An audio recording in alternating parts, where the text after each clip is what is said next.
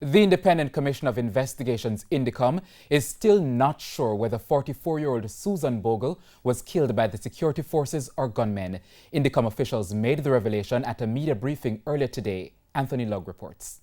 The family of 44-year-old Susan Bogle has been anxiously awaiting the outcome of the INDECOM investigation into details surrounding her death.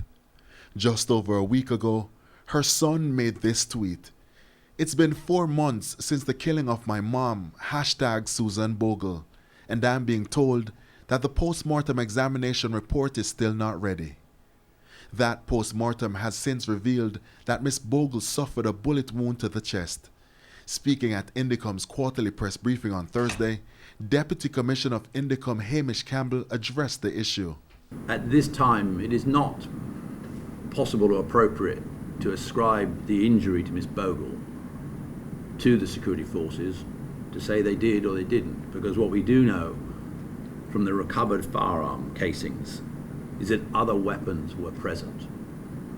And more importantly, the security forces attended that scene on hearing gunshots, and upon arrival, the police officers and soldiers all describe a number of gunmen armed with handguns and long weapons within the yard area where they were confronted. Initially, it was alleged that she was killed by a member of the Jamaica Defense Force.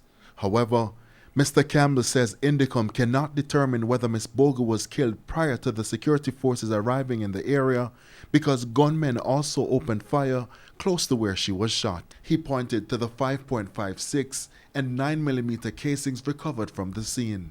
5 of those 5.56, which are M16 rounds, were linked to one JDF weapon.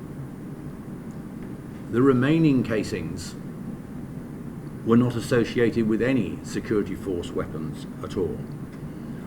One of the casings can clearly be attributed to an M16 rifle, which is not part of the security forces.